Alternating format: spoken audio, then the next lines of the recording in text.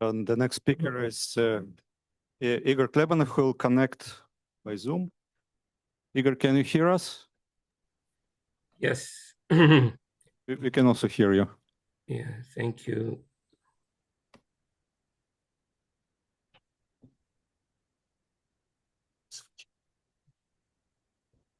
So yes, please.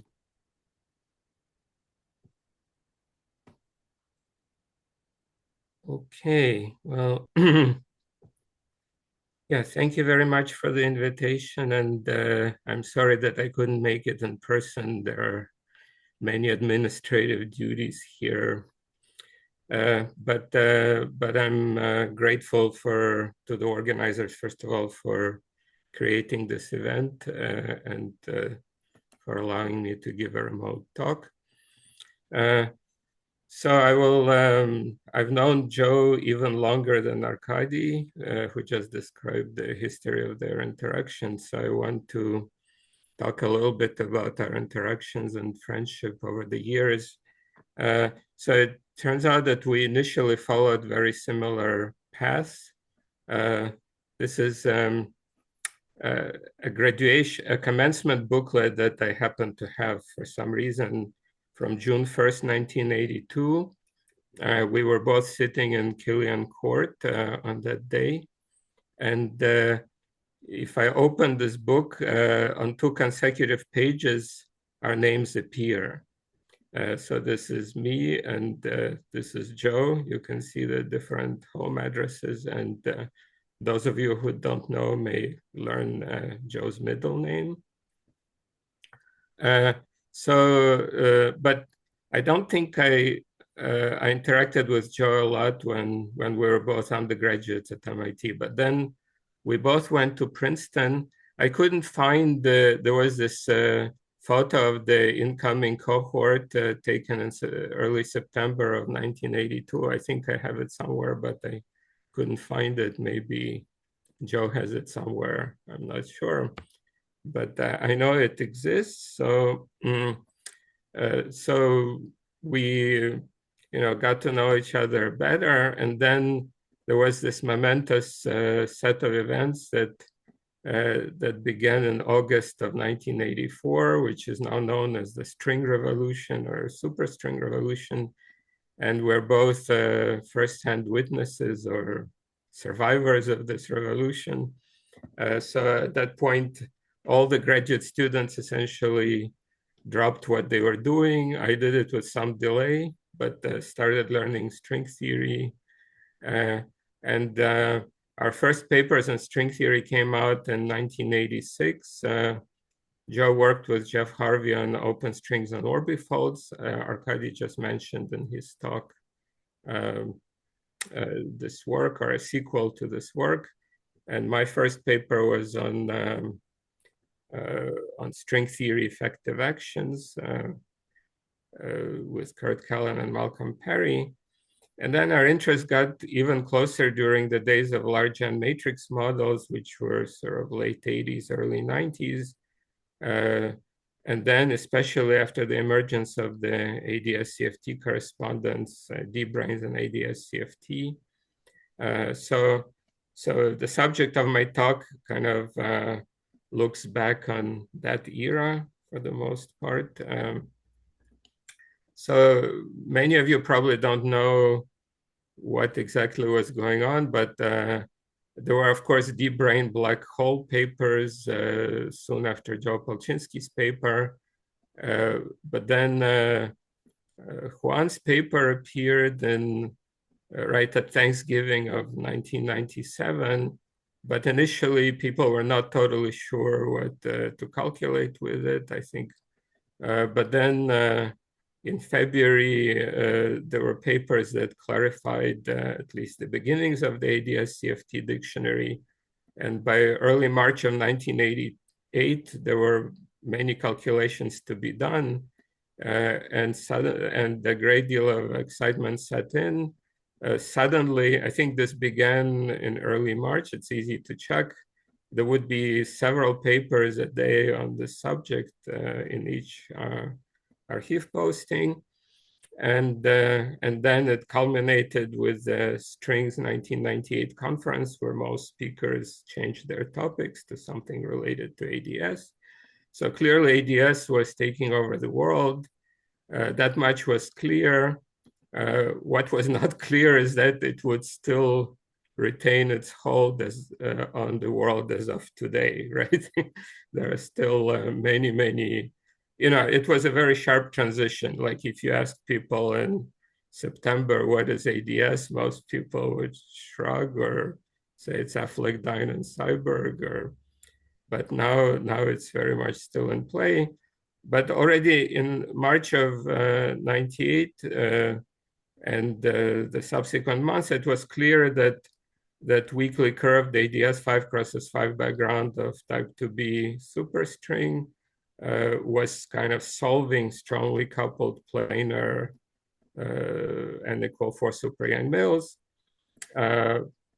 Solving was sort of making some predictions. So one of the predictions is that for a typical short unprotected operator, somehow at strong coupling, the scaling dimension grows as 12th coupling to the 1/4 power. And at first people were a bit skeptical. They weren't sure it makes sense. And some people even said, no, that's not really obtained by continuation from small lambda. It's some other phase of the theory. There were such opinions. But now we're quite sure that it really is the same theory. I think it took many years and the magic of integrability, whose basic apparatus was kind of created by the breakthrough paper by Minahan and Zaremba, to show that, for example, the Kanishi operator scaling dimension really extrapolates correctly to the string theory predictions due to the work of Gromov, Kazakov, Vieira, and many other people. Okay, so that's n=4 super-Yang mills, and the story on that is not fully written. Like some people want to really prove this duality. It's a relation between two very complicated theories. But in those days of great excitement, there were sort of even more serious intentions than that. Like we did not just want to stop with n=4 super-Yang mills. We wanted to solve large NQCD. Why not? We had some new apparatus to require this, to attack this. And of course, this required breaking all of the supersymmetry, which we now know is a bit of a dangerous proposition in string theory. But nevertheless, there were ideas. And then in September 1988, a paper called Wall of the Cave by Polakov appeared, which boldly proposed to replace type 2B superstring theory with a chiral GSO projection by so-called type 0B theory, which has diagonal or non-chiral GSO projection. That theory was discovered much earlier. In some sense, it's a much simpler GSO projection, but there is a slight problem that it contains a tachyon in the closed string sector. So Polakov wrote, presumably this tachyon should peacefully condense in the bulk. So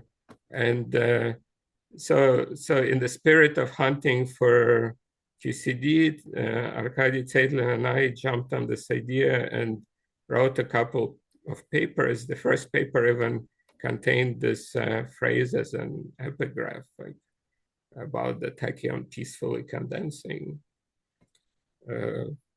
Alas, some things in life are not peaceful, but so what did we do? We studied the SUN cross SUN gauge theory, which arises on D3 branes, so-called self-dual D3 branes of type 0B string. And it seemed to be dual to the ADS 5x5 background of this type 0B theory. But this background contained the tachyon in the bulk, and the idea was that somehow if you push the theory to strong curvature, the curvature would stabilize this tachyon, maybe make its mass squared really positive rather than negative. But then it was fairly soon after, it was realized that this theory, it's a pretty specific SUN cross SUN gauge theory. Each SUN factor has 6 adjoints, and then there are some bifundamental fermions.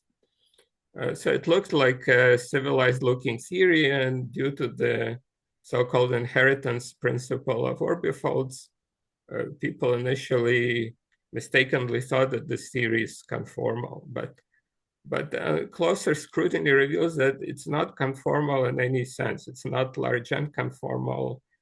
It's just not conformal, period. And the first sign was the Zeitlin-Zaremba paper about the Coleman-Weinberg effective potential being generated.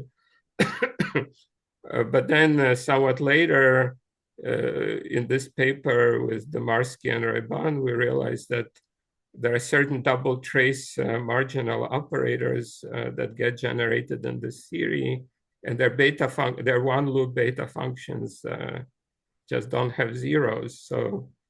So the theory flows away into a non-conformal regime at a speed of order 1, not of order 1 over n. So that's a bit disappointing. It wasn't initially something we understood, but it was understood a couple of years afterwards. So this bold attack on non-supersymmetric gauge theory did not pan out. But nevertheless, we didn't realize it right away. And late in '98, Zeitlin and I wrote the paper Asymptotic Freedom and Infrared Behavior in Type 0b Approach to Gauge Theory, where we noticed that there are some UV logarithms at large R due to the Stackian field.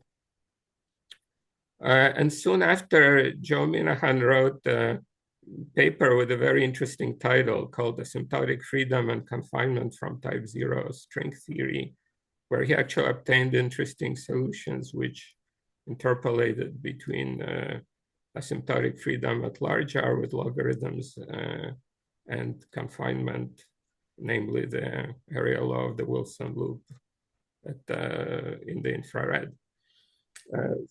So it's a beautiful title. I really hope that one day a paper will be written with exactly this title, which will use systematic approximations. The approximations there, as I mentioned, were not systematic. So breaking all of supersymmetry is basically hard. But there is another theory, which is N=1 supersymmetric gauge theory, supersymmetric law dynamics, some people call it, which is also asymptotically free and supposed to be confining in the infrared. So that's still not solved either, but we may wish to attack this theory. So one line of attack was to this whole deep brains on the conifold program, where you take some cones, Calabi-Yau cone, and place ND3 brains at the tip of the cone. And this was started also in '98 by Witten and I, and it gives a particular strongly coupled SUN cross SUN gauge theory, which really is conformal. This one doesn't have any beta functions. And then this posed the question, can it be used as a starting point for finding a supergravity dual of confinement? So I want to, luckily the answer was yes, but, and this is already old stuff, it's like 25 years old, but I still hope that we can do better. So let me just remind you what the conifold is. It's, you take 4 complex coordinates and set the sum of their squares to 0. And then you get a cone whose base is the so-called coset space T11, which has a very explicit metric. It's a U1 bundle, a circle bundle over a product of 2 spheres. It basically replaces the S5 in that example of duality.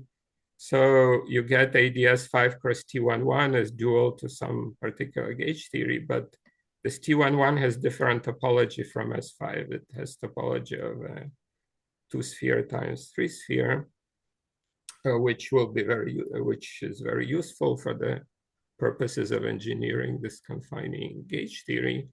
And the theory, this supersymmetric gauge theory, has bifundamental chiral superfields in addition, and a specific SU2 cross SU2 invariant superpotential, which is quartic.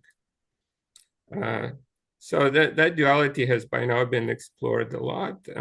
It's one of the sort of n=1 examples of the duality. There are additional ones, many additional ones now known. So what one can do to break conformal invariance is to add some number of D5 branes wrapped over this 2-sphere at the bottom. And then a kind of transition happens in the geometry due to the flux of the 5 branes, which blows up a cycle.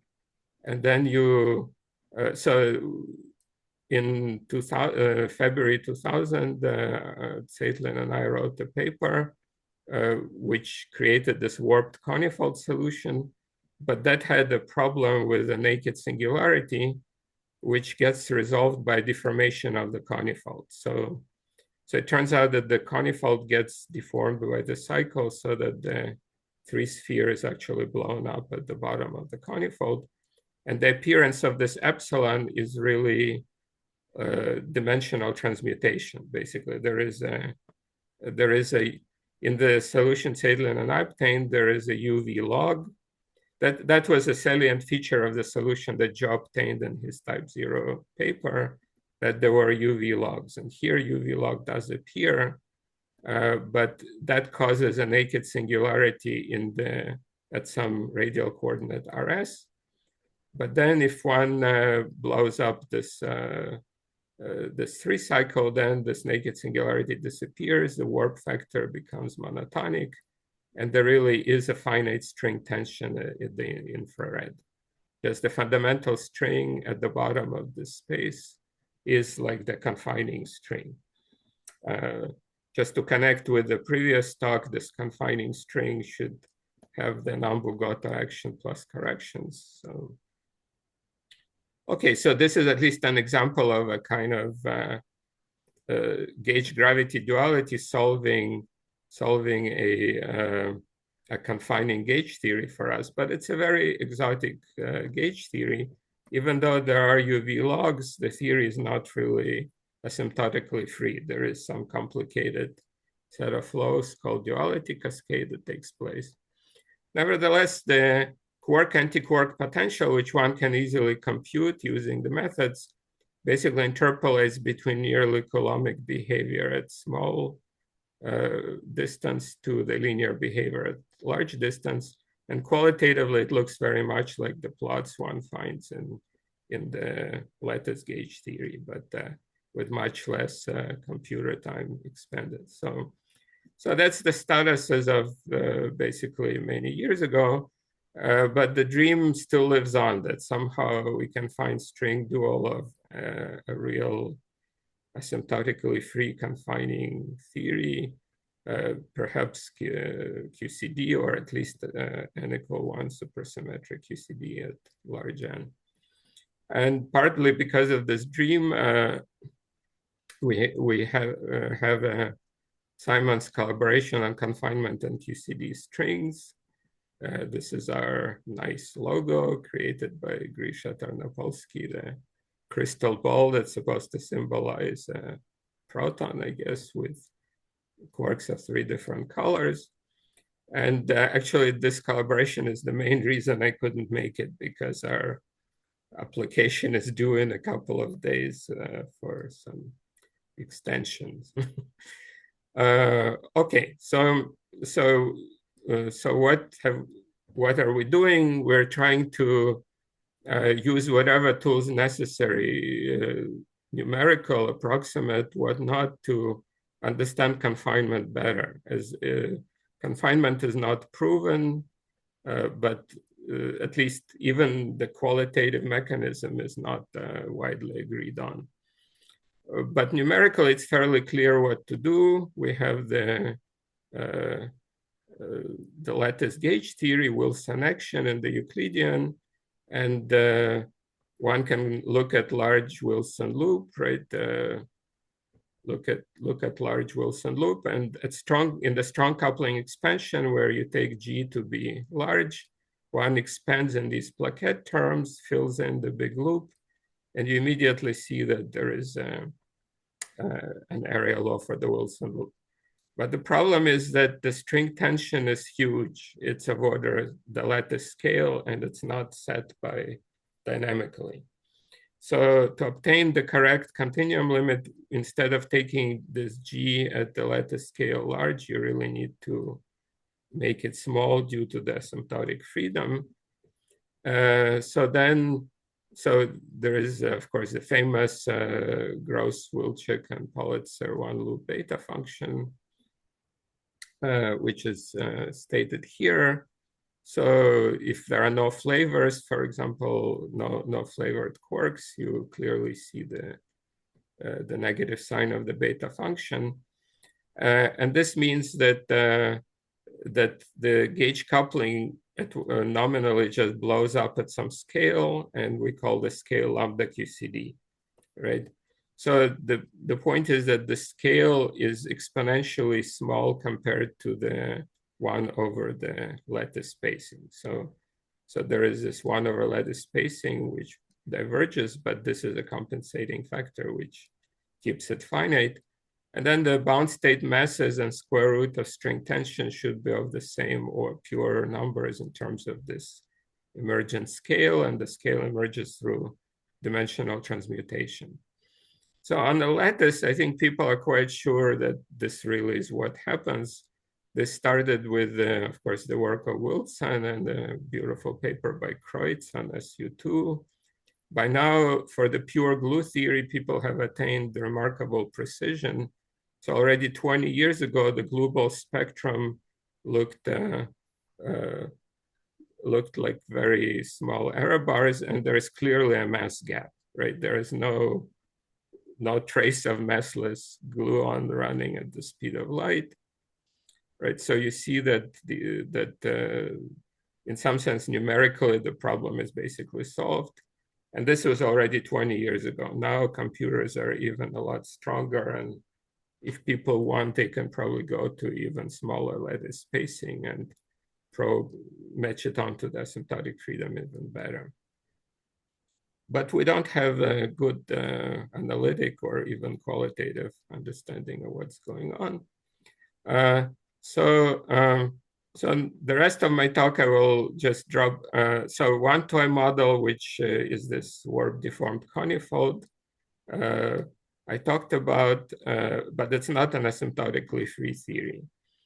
So recently, in the course of working on other toy models, we actually discovered some very old example that could have been noticed long ago, which does give asymptotic freedom and dimension and exponentially small mass gap in 1+1 dimensions. This may sound very strange to you because usually in 1+1 dimensions, there is no logarithmic running, but let me try to convince you. So let me recall the toy model for confinement, which appeared soon after the QCD was created. And this is a much older model called Schwinger model, right? This model is right around as old as I am. It's just quantum electrodynamics in 1+1 dimensions, coupled to the initial Schwinger model from Schwinger's paper was just massless fermions, but then people started looking at so-called massive Schwinger model, where you also add the mass term, and then you can also enrich the model by a topological theta term, which is like a background electric field. Now for m equals 0, theta can be rotated away. There is no theta dependence, and the theory reduces to that of a free Schwinger boson of mass E over square root of pi, where E is the dimensionful gauge coupling. So you think of this state as a very tightly bound state of electron and positron in the linear electrostatic potential.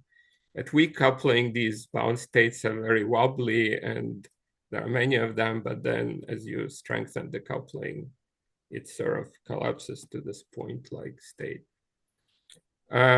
So this is a classic model, and just for fun, I'm plotting the graph of citations per year to Schwinger paper, right?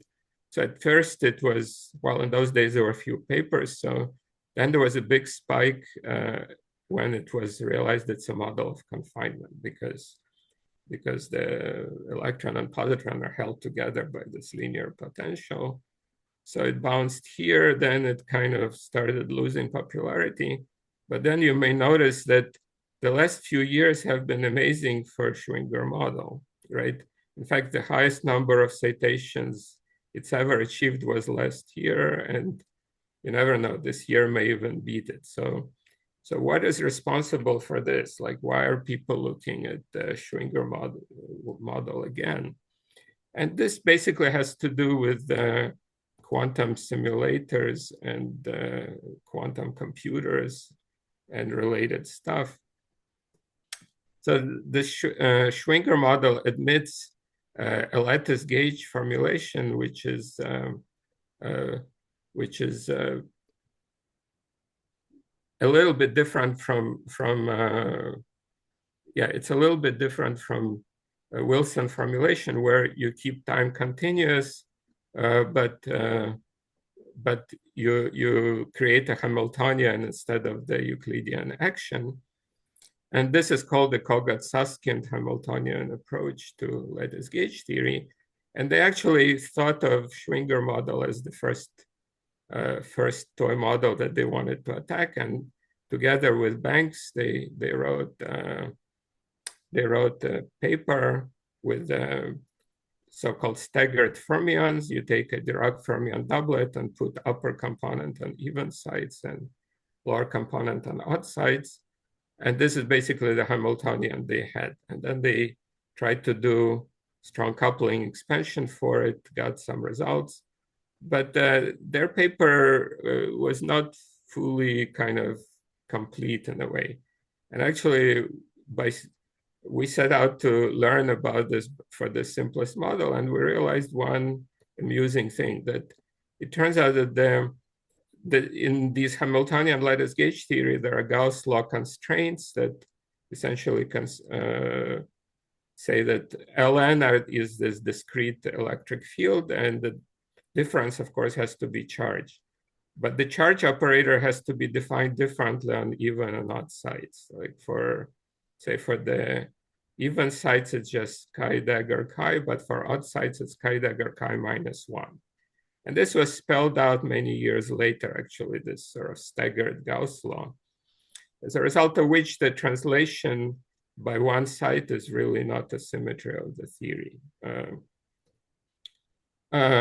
So there is some asymmetry, because on even sides, the possible charges are 0 and 1, and on odd sides, is 0 and minus 1.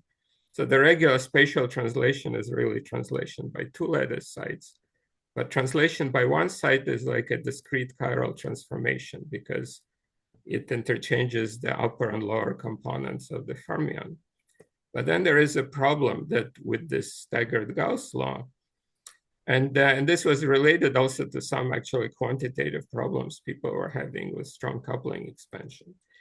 And then, so together with Ross Dempsey, Silvio Pufo, and Bernard Azan at Princeton, at some point, we realized that there is a surprising result, that if you say that the lattice mass, which before was assumed to be the same as continuum mass, is related by this mass shift, then at m equals 0, the improved Hamiltonian has a proper discrete anomalous chiral symmetry, namely shift by one lattice unit accompanied by the shift of theta by pi preserves the Hamiltonian. And that's exactly the anomaly for particular rotation by pi over 2, the chiral rotation by pi over 2. So it's interesting theoretically, but also in terms of practical applications, it allows to go to a higher precision. For example, there is a phase transition in the Ising universality class at theta equal pi, which for years people were finding very close to 1/3. But in a recent paper by Tarnopolsky and his collaborators, they showed that it's not exactly 1/3. So alas, it's would have been pretty if it's exactly 1/3, but it's not.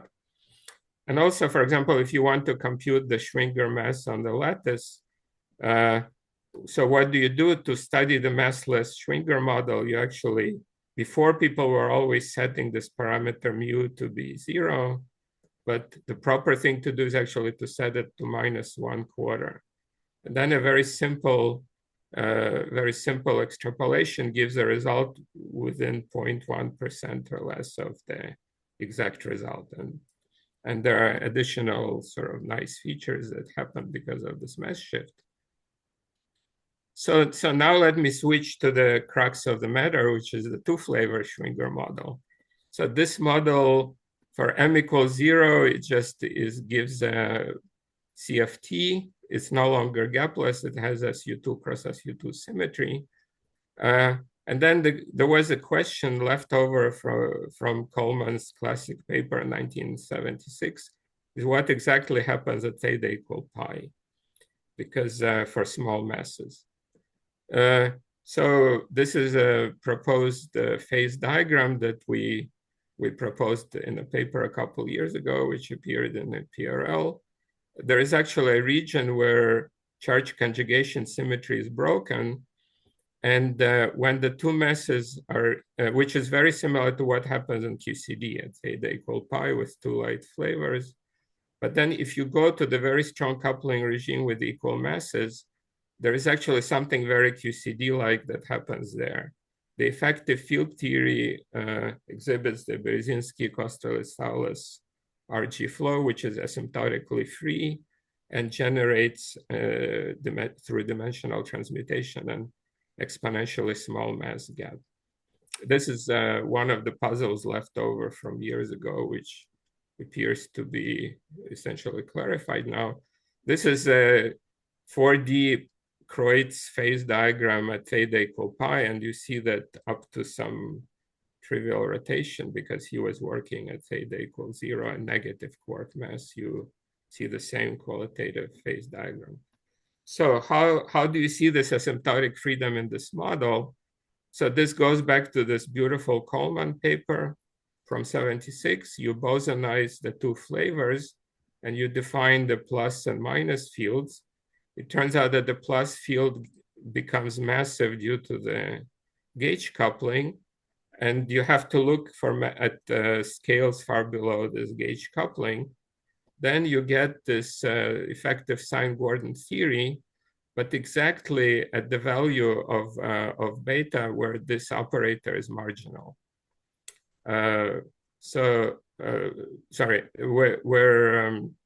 Yeah, this is so far for generic theta, and you see that when theta is generic, this is a relevant operator, and you get a power law mass gap, which is m to the 2/3.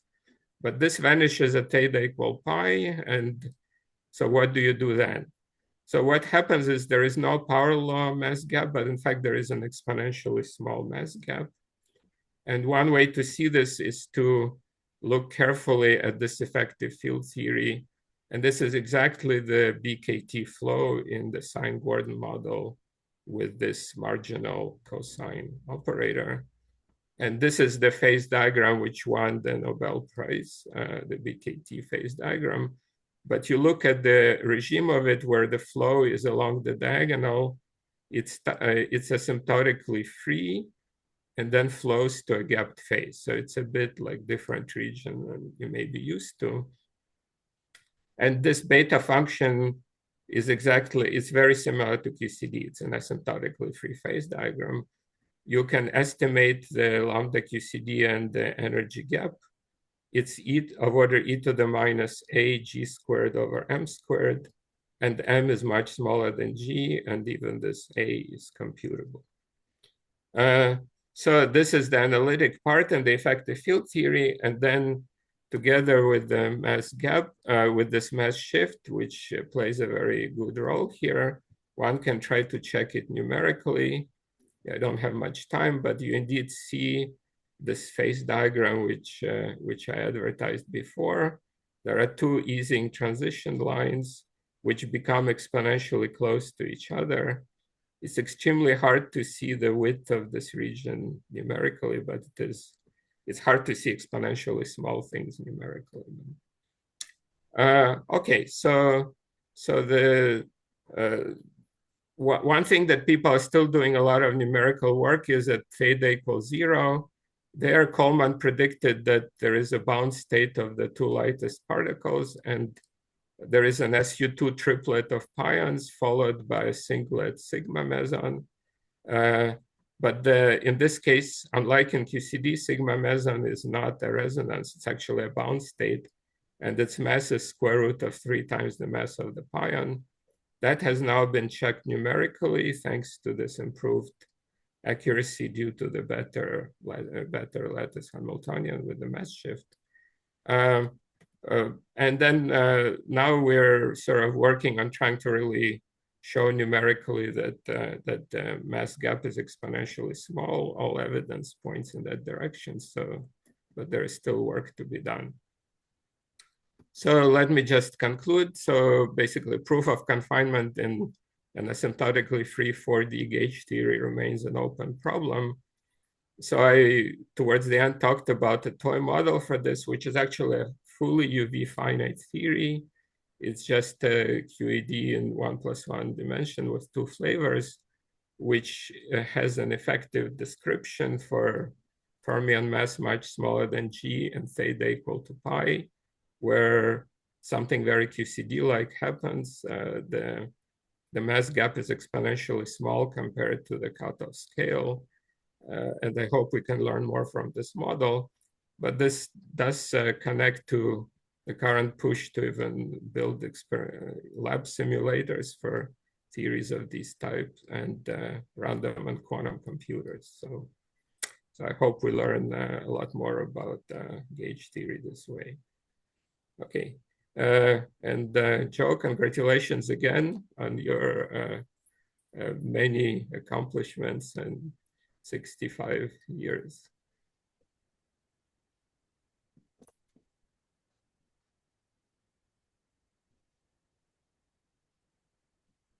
Questions?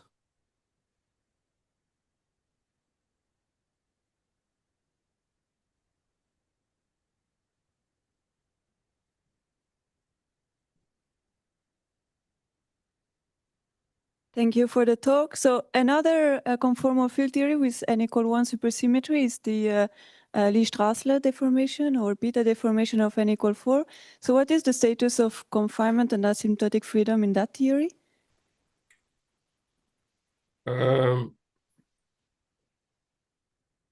Yeah, so you're talking about this where you take 3 superfields, right? And you can add terms like x cubed plus y cubed plus z cubed, right? And x, y, z. Yeah, I'm not aware of a deformation of it which has been tractable purely within supergravity. Yeah, I mean, I think it's a bit of a miracle that that in this conifold example, one can see a logarithm in the UV that has to do with the special topology, the change topology of the T11 relative to S5. I think in the Lie-Strasser case, the topology is still a sphere, and you can't use this flux deformation argument. Okay, thank you. Yeah, another example is, of course, the Spolchinski-Strasser n=1 star theory. But that far in the IR exits the supergravity regime and has a kind of blown up brain mechanism. Yeah, it's a bit of a different game. Yeah, that also, I don't believe, has UV logs. I think the real goal should be like start with a theory which has UV log, and then try to use that UV log to find the proper RG flow all the way to the IR, which you can follow all the way.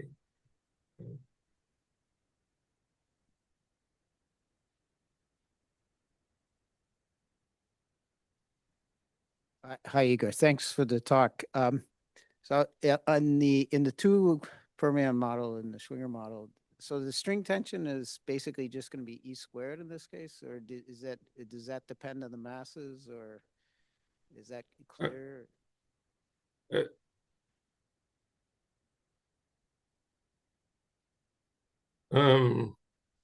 Yeah, here, so you're asking about this two-flavor Schwinger model. One. I mean, I think it would just be E squared, but yeah. Well, I mean, there are there is this whole story of at zero mass the strings. For example, you can ask, do fractional charges get screened by integer charges? And this is one of the miracles of the Schwinger model, that you can screen fractional charge by integer charge. So the story with string tension is rather unconventional in this case compared to QCD that we know. But the mass gap is a familiar story, right? The mass gap. And you can just basically, this Hamiltonian formalism allows you to study the mass gap just numerically. You just see the energy gap relative to the vacuum. Like there is the ground state, and then there is the electron-positron state. Yeah, this in the one flavor model, this mass gap is large. It's a water cutoff. In the two flavor model at small mass, it's typically a water mass to the 2/3. But then suddenly at theta equal pi, it becomes a water e to the minus g squared over m squared.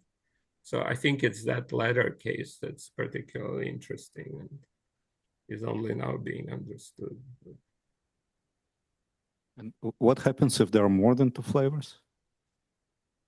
Yeah, there is two flavor is a rather special case because there is a cancellation of this leading relevant operator.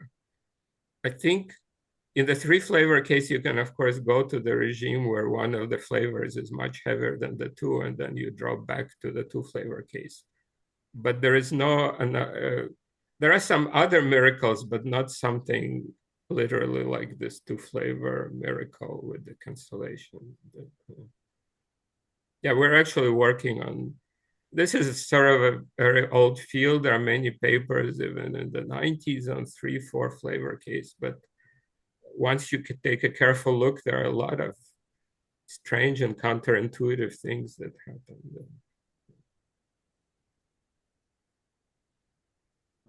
If there are no more questions to Igor, let's thank the speaker again. Okay, thank you again. There is a break now, and we reconvene in 15 minutes, so 5 minutes past 4.